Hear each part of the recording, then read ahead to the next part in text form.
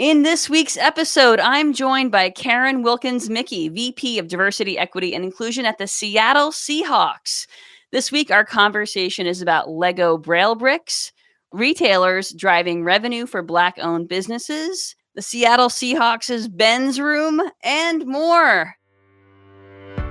Hey there, my name is Bernadette Smith. Welcome to 5 Things in 15 Minutes, my weekly show where I bring good vibes to DEI. That is good vibes to diversity, equity, and inclusion with a little dash of corporate social responsibility. What I've found is that there are lots of news stories about what's going wrong in the world and lots of negative data. But there are also a lot of things going right. That's what I like to focus on.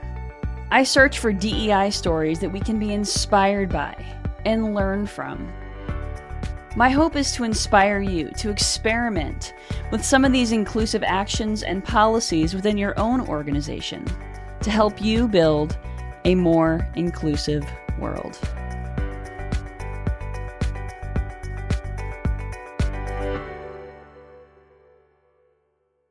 Let's get started. Karen, will you please introduce yourself? Yes. So I am Karen Wilkins-Mickey, pronouns she, her.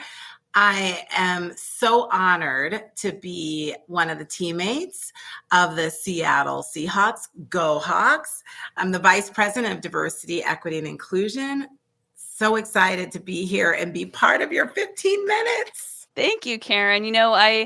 We've known each other for a few years, and I love that you're getting to do this amazing work with the Seattle Seahawks. I mean, we're seeing so much regression in the DEI space now, with affirmative action being overturned by the Supreme Court, budgets being cut, but it seems like things are really working out really well for you with the Seahawks and that you continue to be a leader in the NFL. Can you talk a little bit about some of the work that's really giving you hope? Yeah, there's so much, right? I think that in the sports world, there's a lot going on. There's a lot of visibility to how sports can do positive for this world. We have the platform, right? And so, this fact that the NFL has put so much into diversity, equity, and inclusion. And I think as of the beginning of October, every sports club will have a diversity, equity, and inclusion department, which is amazing. It just shows the importance of it. But I also think that, I always look at the opportunity of where we are to leverage that platform to do something great. And since I'm obviously in diversity, equity, and inclusion, I leverage that platform for that. And so, we have, everyone is tuning in to sports. Everyone is tuning into football, whether it's football, basketball, it doesn't matter, whatever you enjoy, right?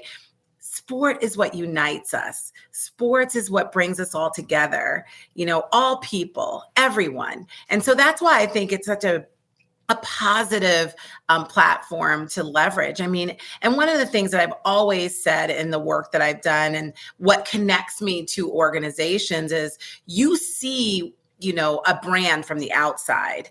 And that's what attracts you to that brand. But you don't know what's going on the inside. And so the Seattle Seahawks has always had a very strong brand here in the Pacific Northwest, but not just that, worldwide.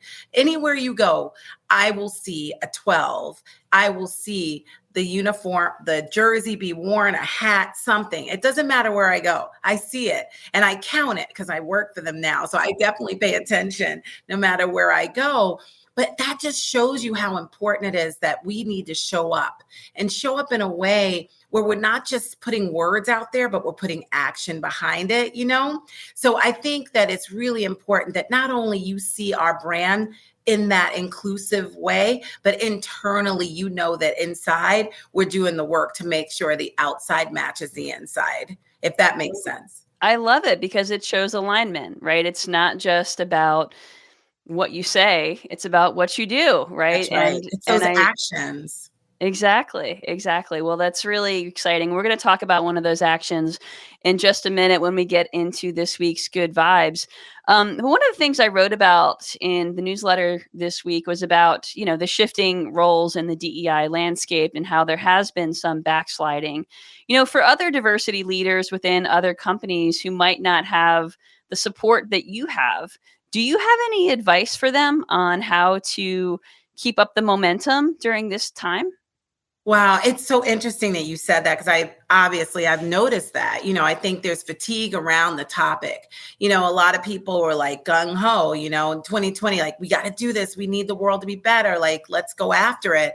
And they started to hire on and do all this work. But now I'm noticing people in my role be laid off, or not having the same attention anymore, or having to push again for the things that they want to do within the organizations. And I say, continue to show up and share why this work is so important for your organization, because I think that sometimes people say, oh, we have all this work to do and you're bringing in this diversity stuff. Like, we got to hear this again. Oh, we're back at that again. It's like, you know what? Make it fresh, exciting, stay relevant, and meet people where they are. You can't force this topic. It has to really be something that's embedded. We all know this. It has to be integrated in everything that we do. We all know that. We've heard that before. But how you do that is by really tiny steps to progress, and focus on, those wins. Like, we do so much, and sometimes it feels like we do so little, but we don't. We do so much. Look at what you've done and how far you've come with this work. Continue to request having a seat at the table.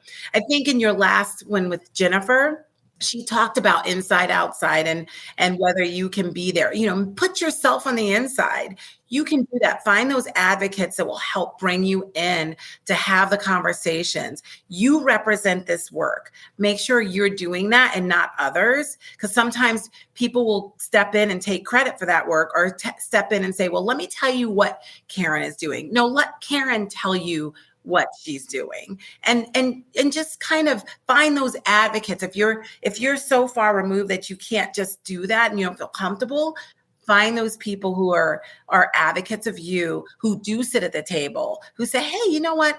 Let's have Karen come in and talk a little bit about what she's doing or he's doing around equity this week. Or, just get yourself at that table when you get the opportunity, but find the people that will help you do that. I love that. Is fantastic advice, Karen. So folks, rewatch that section, re-listen to it. I'll probably write about it in a future 5 things, because it was really great advice. I love how you're challenging folks to get to become an insider yourself. That's right. With the help of advocates, of course. But you know what? We can self-empower. That's right. We can. That's right. And celebrating the wins. That's right. Celebrate the wins. We can get ourselves there. It doesn't have to be. It's so easy for us to say, we're not at the table. We don't report to there, but you do the work. You were hired for a reason. So do that work.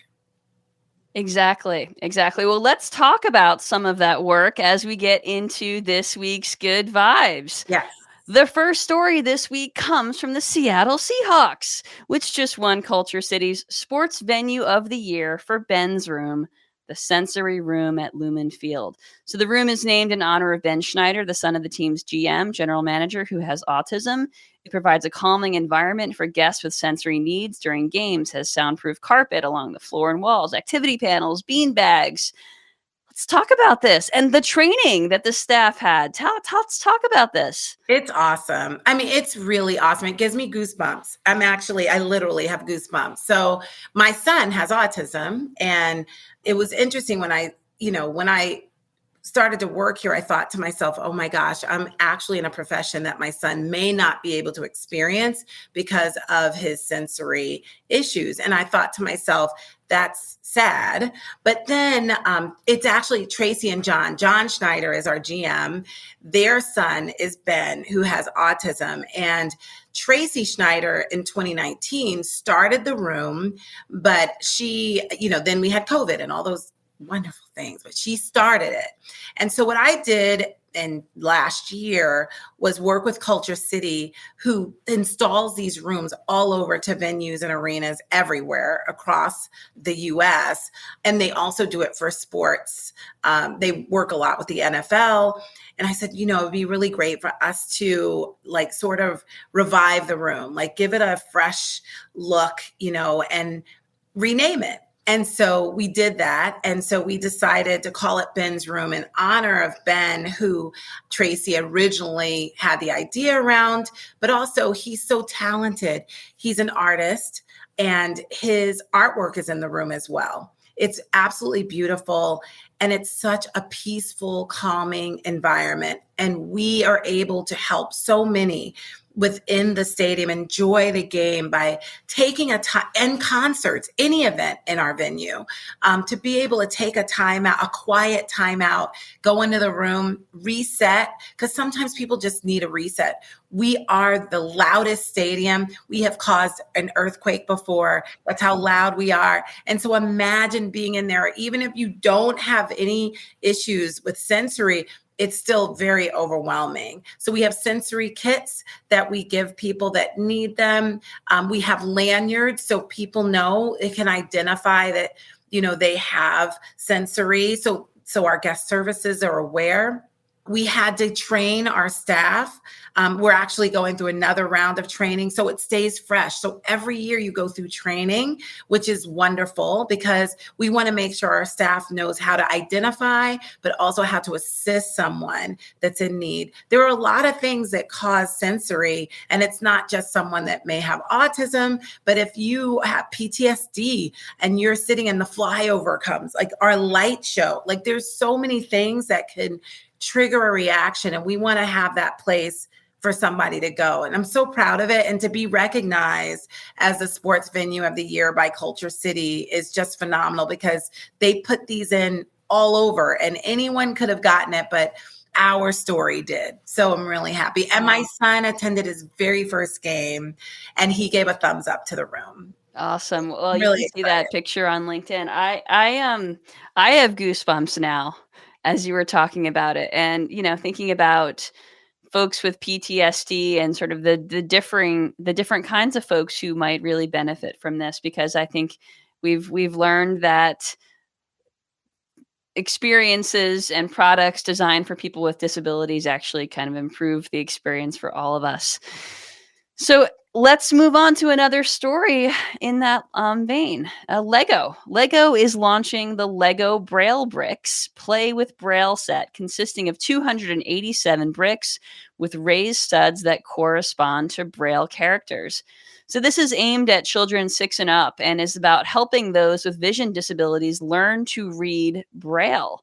So Lego worked with blind organizations worldwide to develop these bricks, initially offered to schools for free and now becoming commercially available. Isn't this genius? I love it. My son, he was a Lego builder, so a lot of kids play with Legos, but, especially with kids with learning disabilities, being able to put things together,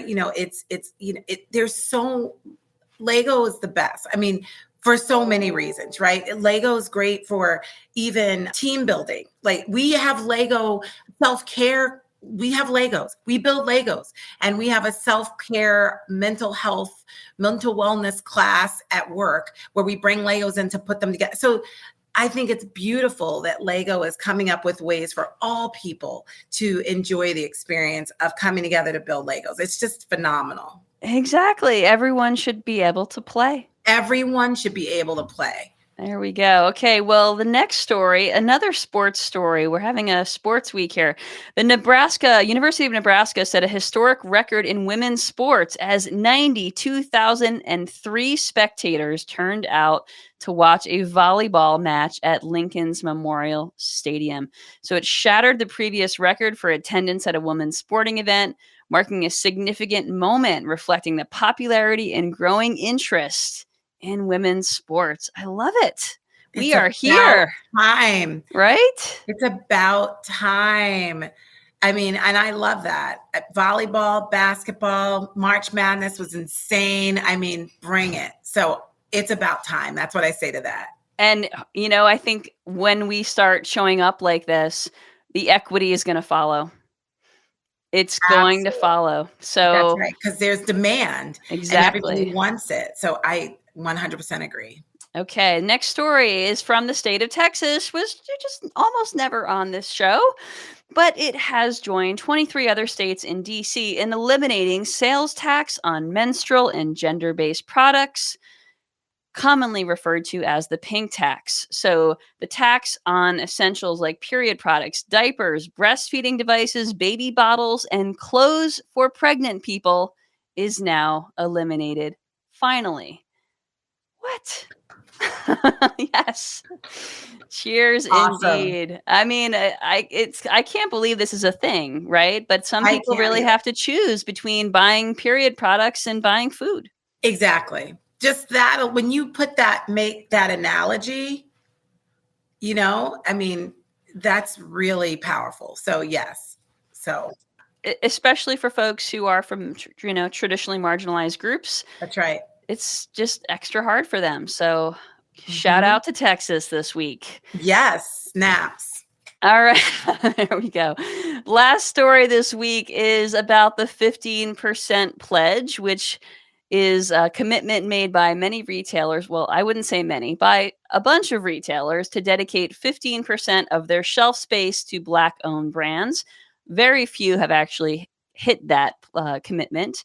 But what has happened is that there have been $14 billion in revenue driven to these Black-owned businesses, 625 plus of them, since 2020.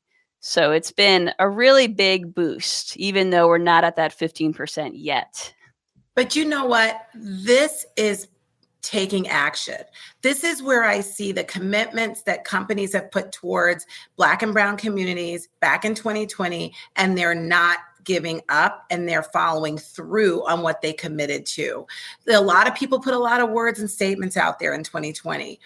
This is one where I've noticed an uptick where people are saying, not only did I commit to it, but I am standing by that commitment with action. And 3 years later, look what's happening.